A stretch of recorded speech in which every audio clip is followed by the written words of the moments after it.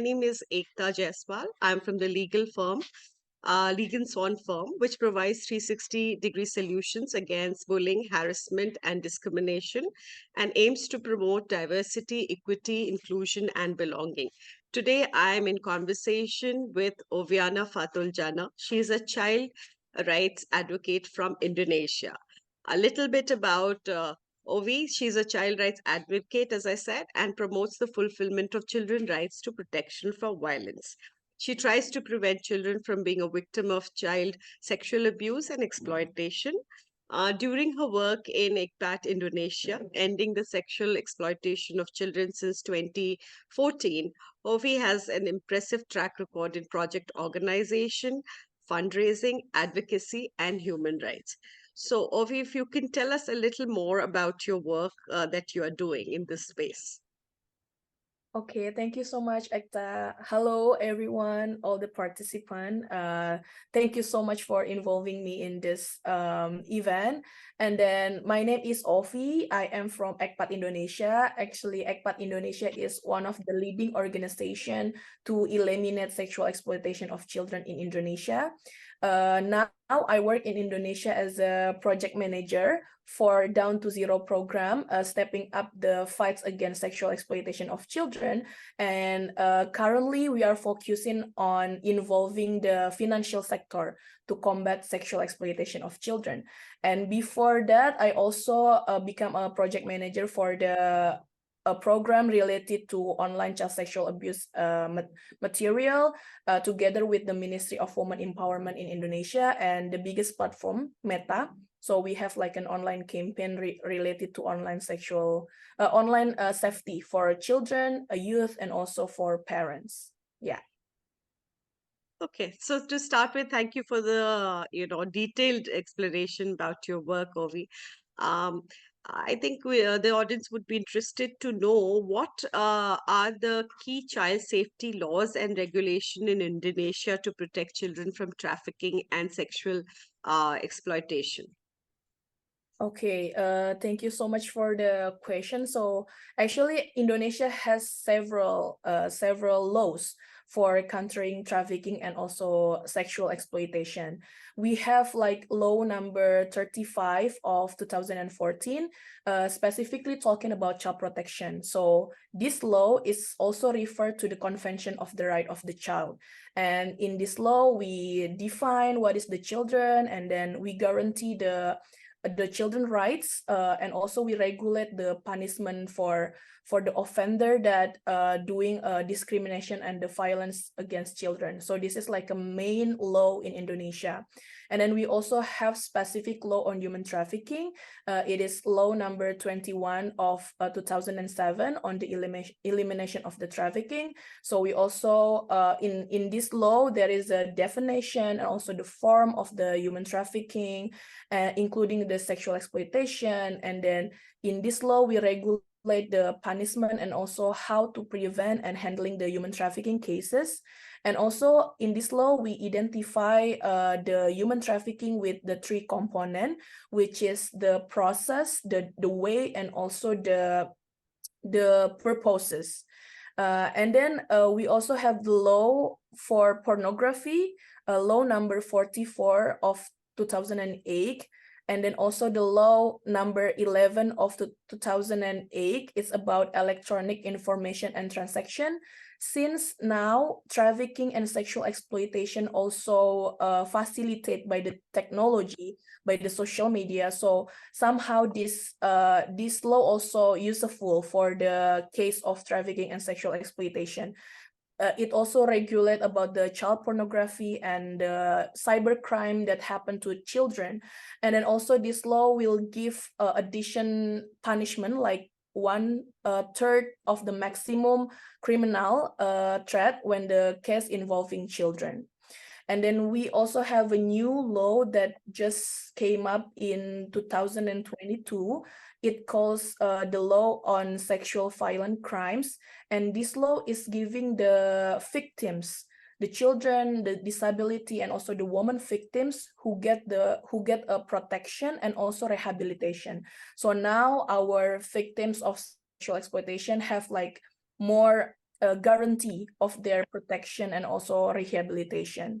And the last one regarding the children, in Indonesia, we also have law number 11 of 2012 on child criminal justice system. So this law is specifically to regulate if the children become the offender of the crime. So we have like a certain way to involving children. I mean, to give the children not a punishment, like a process if they are involving in the crime. So it will be different with adult, and then there will be also like a restorative justice system in this law, and also the dispensation for the children. So I think it is all the key child safety laws in Indonesia for trafficking and sexual exploitation. Okay, so I think you've talked about the law, Ovi. Can you help us with, giving us the legal definitions here? Are there any specific legal definitions of child trafficking and exploitation? Yes, yes, of course. We have like a definition of child trafficking and sexual exploitation in Indonesian legal term. So according to the law that I already mentioned, the law number 21 of 2007, regarding the elimination of human trafficking. So there is a definition that trafficking in person is a situation when involving the process, the way, and also the purpose. So if the process is like a recruitment, and then transportation, harboring, sending, transfer, or receive of a person, and then the way is like by using force, threat, abduction, incarceration, fraud, deception, and then also debt bondage, when they are recruit the people in the trafficking situation. And then the purpose is usually for exploitation, like sexual exploitation or forced labor. So the trafficking in person by this law should cover that three components: the process, which is like recruitment and also sending people to other places, and then there is also the way by violence or by involving manipulation, debt bondage, and there is also the purpose. The purpose is like for sexual exploitation or for forced labor, something like that. And then we also have a definition, certain definition for sexual exploitation in this law. It is like a form of the use of sexual organs or other organs of the victims for the purpose of obtaining profit, including but not limited to prostitution or sexual incident acts.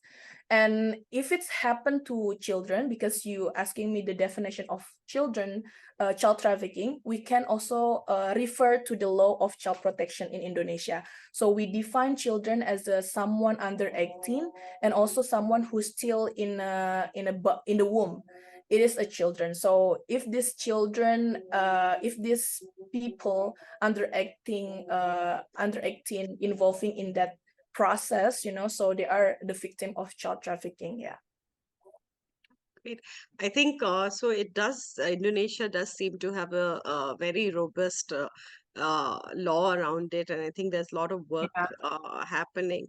So, in terms of in your experience, because you've been working with ICPAT for quite some time now, I think 2014 is what you said mentioned. Yeah. It's been Uh, like 10 years or 6 years. Yeah. 9 years, yes. sorry. 9 years, 9 years, yes. What do you, how are the numbers looking like? That is, do you see a decrease, in the numbers of like, trafficking, uh, Mhm. specifically? Actually, I'm not sure about the number, but after the pandemic, many children also become the victims of child labor, and then child sexual Yes. exploitation, human trafficking, because somehow children, like the parents lose their job, and then the children should like covering the financial responsibility for their family. So in this moment, in the pandemic, there is increasing on the human trafficking, sexual exploitation, etc. Yeah, but actually Indonesia has a progress, regarding the laws and also the human trafficking prevention. Like we also in Indonesia have human trafficking task force under under the certain ministry, but we have that task force that focus on handling, preventing, and also responding the human trafficking and also child trafficking. Yeah.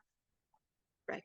So, so my next question then is related to technology. Um, what role does technology play in child safety and protection against trafficking and sexual exploitation? And are there any specific technological tools or solutions that you would recommend for parents and guardians? Oh, okay. For us, actually, technology has a role in in against sexual exploitation. For example, like now there is an artificial intelligence, and there is so many technology that can help us to detecting or eliminating child sexual abuse materials. Like they can find what is the website who offer the human trafficking or the child sexual abuse material that spread online. So this technology can help us to detecting and also to eliminate that kind of thing by maybe using a photo DNA or a hash. And then I also want to sharing about a global initiative. There is a website named Take It Down by ncmac.org. So this website actually offer to prevent if there is a children threat threat to sharing their nude photo. So if we go to this website and then tell the website that we threat by someone to that will share our nude photo, and then we can give our photo, and then the photo the website will take the digital footprint or the hash. So this hash will be shared to the platform that collaborate with them. So if there is an offender who wants to share the photo, this technology can prevent, can, how can I say, can detect the same hash or or digital footprint. So when the offender want to upload it the photo, then the platform, social media platform who already cooperate with the NCMEC will detecting this photo by having the hash or the digital footprint. So there is a technology like that that can help us to detecting and also to eradicate the human trafficking or the pornography of children. And then also regarding the tools for the family, for the parents, if we're talking about social media, actually all the social media already have like a parental control. So you can go, you can go to the parental control and then setting some privacy and safety for your children. And then also, for example, in YouTube there is a restriction for some video that can see for children. And in Instagram, for example, there is a feature named supervision. So if you want to supervise your children in Instagram, you can use these tools. And also in Google, there is a Googling. The name of the apps is a Googling that you can control, or not control, like you can maintain, like manage your children activity using the the Googling. I think that's all the the apps, the tools that parents can use for protecting children. But still, like even though there is a lot of tools, the control, like the, how can I say it, the existing of our I mean, or the role of parent should be more than the tools or the application. Yeah. Yeah, I think that's a very valid point, and I think technology is evolving so fast that parents have to be really on their toes while the Yeah, tools can, restrict to certain extent. I think it is required that all parents are very mindful of what their children are accessing. Okay, yeah, so it's yeah. great. I think, yeah, some very good insights. I did not know about the global tool that you mentioned earlier. So I'm sure Mhm. that's going to be helpful for many people who are going to be watching this. Um, as a child safety advocate, what are the best practices you would recommend, Ovi? So I would like to share our best practices in ECPAT Indonesia regarding how to keeping children safe. So ECPAT Indonesia actually has a good collaboration with the platform social media, such as we are collaborate with Meta and also Ministry of Women Empowerment and Child Protection in Indonesia. We conducted child online safety campaign for children, youth, and also for adults, for parents and teacher. So we want to increase their digital literacy, and also we want to give them awareness about how to prevent online child sexual exploitation and abuse. And then also, ECPAT Indonesia is part of trusted partner of social media, giant social media, like for example, TikTok, Twitter, Meta, Instagram, WhatsApp. So we are a trusted partner of this social media. So we have the privilege if someone report to ECPAT Indonesia regarding the child sexual abuse material, we have a privilege that the report from ECPAT Indonesia will take it like become the highlight of the platform. So they will take it down quickly if the report is came to our organization. And then because we are a trusted partner, we have a chance to give an input and feedback to the policy of social media, something like that. So we have a good coordination and also collaboration with the social media and the government. And then also we have a best practicing that we are build a 30 free village from child pornography, and then a child-friendly tourism village together with the Ministry of Women Empowerment and Child Protection. So in this village, we try to strengthen the child protection system. So in this program, we are collaborate with the village stakeholder, like the head of village, and then also the local government, local law enforcer, community leader to together prevent and also handling the sexual exploitation of children, including child trafficking. And then currently, we also in the process to help Indonesia government to make a roadmap of child online protection. Because in Indonesia now we have a law on child protection, but it is not including the online one. Like what is the right of children online? What is the crime? How to criminalize the offender related to cybercrime to children. We don't Mhm. have specific law or on online child protection. So we encourage the government to have this specific regulation. And then we also have a work to strengthen the capacity of service provider in Indonesia.